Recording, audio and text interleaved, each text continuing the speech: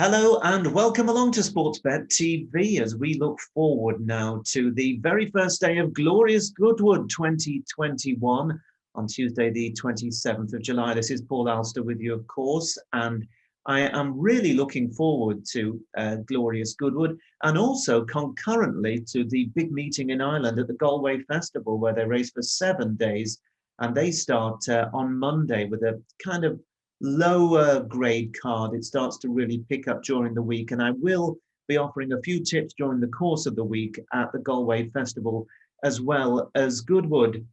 Now, as always, I'll be looking for the value for big prices that'll give us a run for our money. If you haven't subscribed previously, or if you're new to the channel, please remember to press the red subscribe button just below this channel, and then you'll be kept in touch with all my bulletins. Now, Saturday, I've got to say, wasn't a great day. In fact, it's been a bit of a thin month, has July. But as we know, it goes with ups and downs and ebbs and flows. And last year, which was our first big meeting at Glorious Goodwood, it went very well. And so I'm hoping that we're going to have more of the same this time. And I promise you, prick your ears up here because as it's worked out, I've got some really big priced selections today, so you're not going to need to put very much money on in singles, doubles, trebles, or your Yankees and lucky 15s to make a bob or two if these happen to hit the target. So Tuesday the 27th of Goodwood, as we know, there's been a big change in the going, which has forced me to go back to the drawing board because I did my tips originally Sunday afternoon when the going forecast was on the good to firm side. They weren't sure if the rain was generally going to hit, but it did. And now we're looking at going that is soft, good to soft in places. So I have discarded a number of my original choices and revisited certain races, bearing in mind the change in the ground conditions. And one other thing I'll mention to you about Goodwood, as opposed to most other big festivals like at Newmarket or Ascot or York or Doncaster, is that there really isn't another track where luck in running plays such a big part. And so you do need the rub of the green at Goodwood. The home straight, of course, is not as straight. It's kind of banana shaped. And there is that elbow just over a furlong out. And that's where a lot of the trouble can come in running. And I'd always like to see mine either up front and staying out of trouble or coming wide around runners, because so often you see horses being disappointed trying to make a run through the field. And when you get that elbow, all of a sudden the gaps close. So we'll need the look in running just as everybody else will, whatever they back, whether they're backing big odds as we are, or whether they're on the hot favourites. So 4 selections for you for Tuesday. And I take you to the very first race of the meeting. We start off at 150 with a really hot 1.25 mile handicap. There are 18 runners. Now, Mark Johnston has won this 4 of the last 9 runnings. He's got a great record overall at Glorious Goodwood. It is a meeting that he targets probably above and beyond all others. And he won it last year with May Danny. And May Danny was my original selection in this race, but he's gone up in the weights because he has continued to improve since routing them last year. And he's 12 pounds higher. I'm just not wholly convinced he'll be quite as effective on the soft ground, despite a very good effort last time out when he was second at Sandown. I think he's still going to run a big race, May Danny, but the soft ground may just take the edge off his chances. Johnston also runs Dream With Me, who isn't without a squeak, and Sky Defender, who's basically been struggling for much of the year, but he was second in this race to May Danny last year, and he's gone down 5 pounds. So he's you can make a case for Sky Defender on the figures, especially having run well at this unique track in the past. Now, Migration, I'm sure is going to be popular for the informed David Manusia, who of course didn't run Wonderful Tonight in the King George on Saturday, may run her later in the week if the ground remains on the soft side. It'll be wonderful to see her if she does turn up. But this Migration was a real eye catcher after 21 months off the track when he finished 4th at 12 at Salisbury 5 weeks ago. He's only gone up £1 for that. He might potentially be a blot on the handicap. Now, the Cambridgeshire winners in this, Majestic Dawn for Paul Cole and his son. He beat Lucanda in the Cambridgeshire. Lucander's back for more. You may remember me tipping him just a few weeks ago when he disappointed. Wouldn't surprise me to see Lucander bounce back, and indeed Majestic Dawn run well, having been a really good third on his seasonal return, a belated return last month at Windsor. You've got Cockalorum, who's been running very well, and Harrovian, who's another who you can't rule out by any means.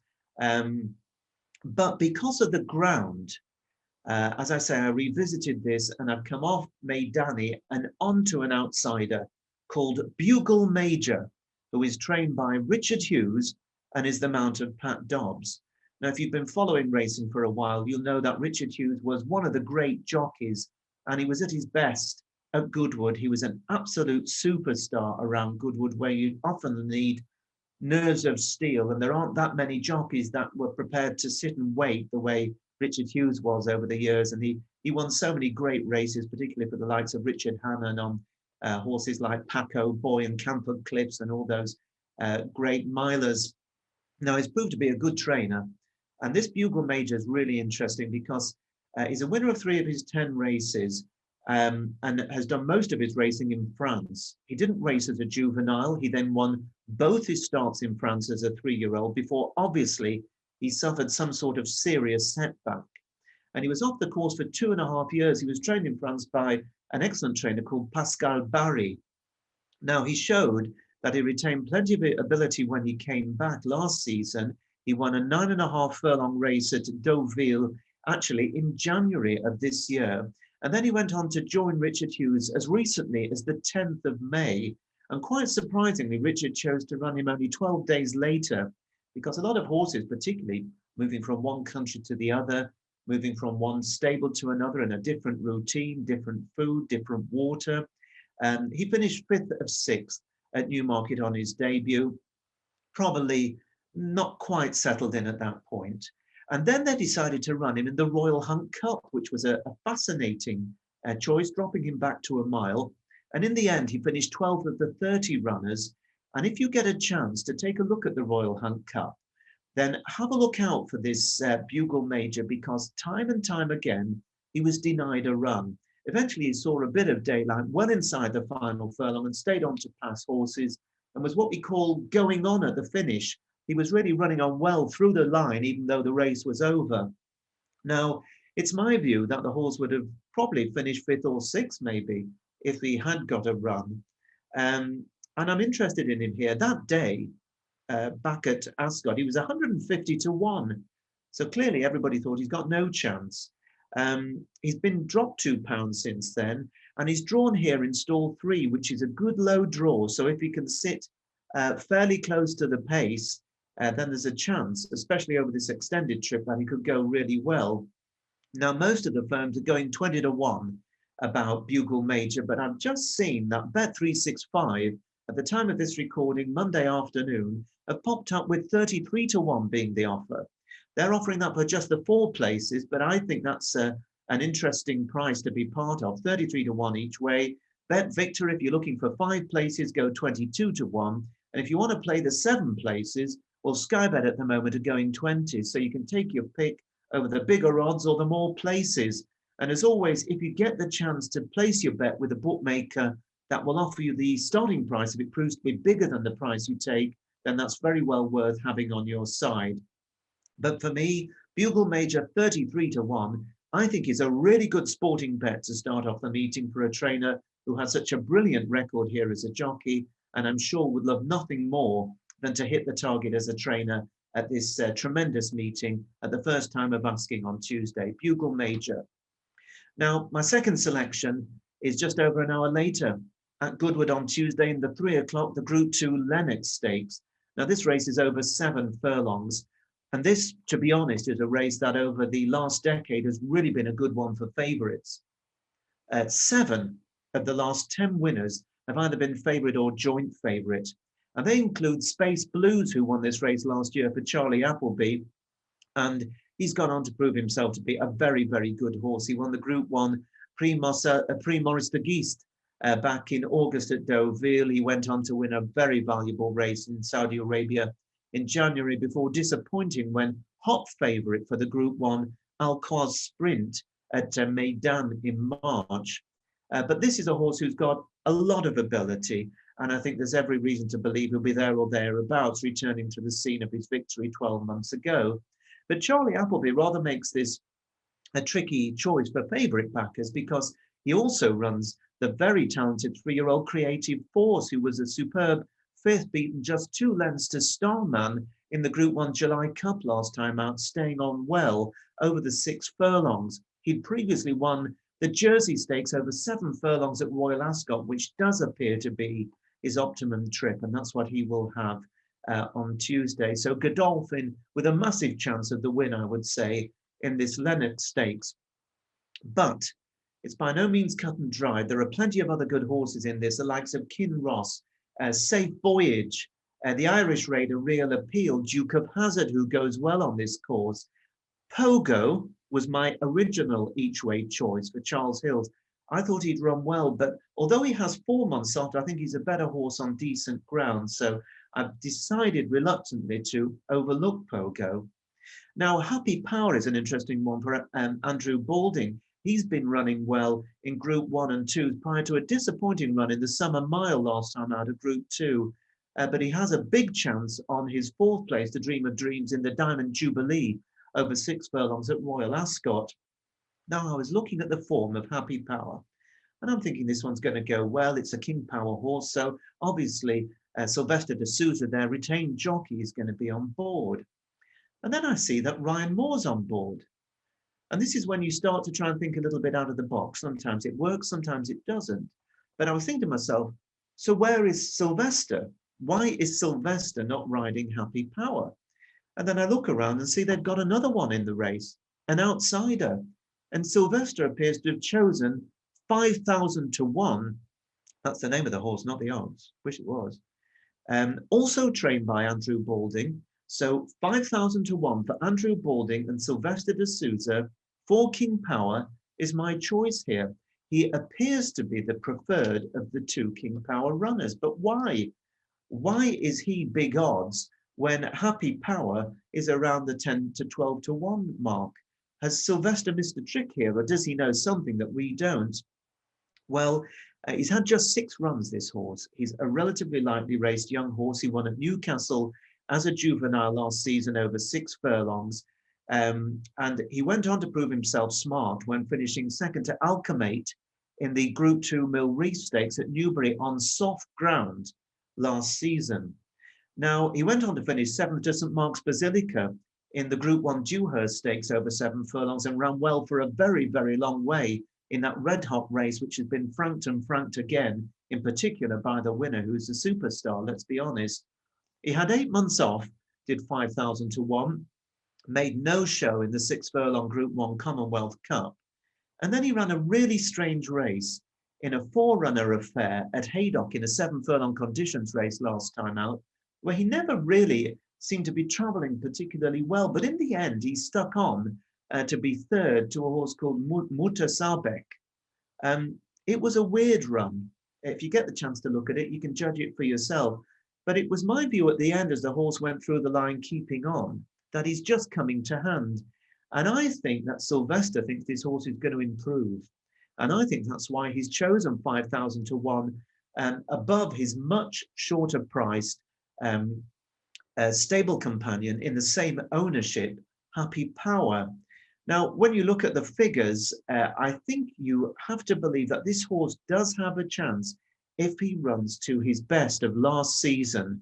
And the soft ground, I think, will help him. Now, while his stable companion is a top price 12 to 1 shot, 5,000 to 1 is offered at 4.0, 40 to 1 each way for 4 places with most firms. And I wouldn't be at all surprised at all to see if he goes 50 to 1. And if you play on the exchanges, I'm sure there'll be people putting him up to close to 3 figures. So I'm recommending each way 5,000 to 1 for 4 places with traditional bookmakers for Andrew Balding and Sylvester de Souza to go back to his form of last season, that Mill Reef form. And I think he could run really well at a massive price. So there you go. Give that a coat of looking at. And also this one, another big prize one for you in the 335 at Goodwood on Tuesday, which is the Great Goodwood Cup over 2 miles, 11 runners, soft ground. It all centres around the great Stradivarius for John Gosden and Frankie Dettori, who of course has won the last 4 renewals. To land a nap-hand of victories would just be amazing for the horse and connections, and amazing for racing actually, because he's been a fantastic servant. Although you do have to think that he's not quite the horse he was when he won this race 12 months ago. He was 4th in the Ascot Gold Cup, where he might not have got the best of runs, but he was never going to beat Subjectivist. You can't tell me that he would have beaten Subjectivist. So I think that while he's going to make a big effort to score here, the soft ground, although he handles it, isn't ideal for him. He likes a sound surface at his best. And I just think that half arm 6-4, I think that's a little bit skinny, although it would do the heart good to see him win. Now, Trusham will love the soft ground. He, of course, bolted up on soft ground in the Group 2 on Champions Day over 2 miles last season when Stradivarius was out with the washing. I think he finished 12th. And Trusham has since finished 6th under a very big weight last time out in the Northumberland Plate, which was a very good sighter for this. Spanish Mission, well, he's an interesting horse, ran well in the Ascot Gold Cup. He also won the Group 2 Yorkshire Cup at the Knavesmire in May. He was 6th in this race last year. He's another that wouldn't want the ground too soft, I don't think. I think he's another that prefers a sound surface. Now, it's a Group 1, so of course Aidan O'Brien's about, and he's got 4 of them in here. As usual, he throws plenty of darts at the board. He's got Santiago, Serpentine, last year's Derby winner, Emperor of the Sun, and the impossible to pronounce Amran Nabian or something like that. Of the 4, I think Santiago is probably the preferred. I think he's the one that will go best here. But to be honest, I don't fancy any of Aidan's horses. And I was very disappointed with both Love and Armory at the weekend in Britain. Neither of them ran up to the kind of form we were anticipating. Now, Mark Johnston, had Subjectivist been in this, would have had a horse who was going to be hot favourite. It's such a shame the hugely impressive Gold Cup winner is absent, but he still runs 2. He runs Sir Ron Priestley, who of course has twice won Group 2s at Newmarket, where he seems to be at his best. Will he stay the 2 miles in this company? And will he go through the ground as well as he does on the top of the ground? Lovely horse, Sir Ron Priestley, come back with a bang this season, but I'm not sure. And because of that, I think Mark could have a really big run here with his outsider, NAYEF Road. And that is the choice for Mark Johnston, Midland's finest, and the great jockey, Andrea Adseni. Now, NAYEF Road has been doing the rounds for ages. I'm sure you all are familiar with him. He's won 5 of his 23 races, many of them at the top level he's been competing at, 9 times placed in superb company. And last year, he gave Stradivarius a proper race in this. Remember, Stradivarius only got by him in the last 75 yards to win by a length. And NAYEF is now huge odds. And Stradivarius, who's been beaten quite a few times since, is 6-4 favourite. So something suggests to me, as somebody that looks for value, that it could easily be with NAYEF Road. Now, to be fair, he hasn't run very well. His first 3 starts this season, he was below par, but he ran really well in the Ascot Gold Cup last time out.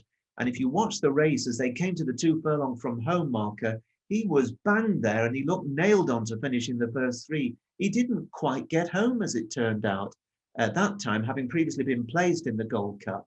So I think that he's coming to hand gradually, running himself into form. And I think the 2 miles is his optimum trip.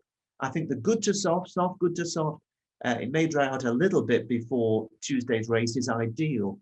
And I'm delighted to say that Bet365 have gone 50-1 each way, NAYEF Road. Last year's runner-up in this race, only beaten a length.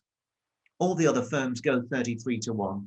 So I think good on Bet365. You may find if you play the exchanges, you can get bigger. And don't forget as well, and a lot of people do forget this when they talk about the exchanges, that there's very good value to be had betting for a place on the exchanges as well. You can often get much bigger place odds than you would with the traditional bookmakers. So remember, as always, shop around. So for me, NAYEF Road in the Gold Cup for a big run at 50-1 for Mark Johnston and Andrea Adseni. On then to my last selection. The 4:10 race at Goodwood on Tuesday is a 5 furlong handicap. It's for good sprint handicappers rated 0 to 105. 17 runners, they'll be spread out across the track. At this stage of the meeting, we don't know if there's any draw bias. There's been 6 renewals of this race. It's a relatively new race at the meeting. And these are the odds of the winners of this race in the 6 runs we've had so far. 14 to 1, 16 to 1, 16 to 1, 33 to 1, 13 to 2, and 14 to 1. So this suggests that horses that are double figure odds and bigger certainly should never be discounted in this event.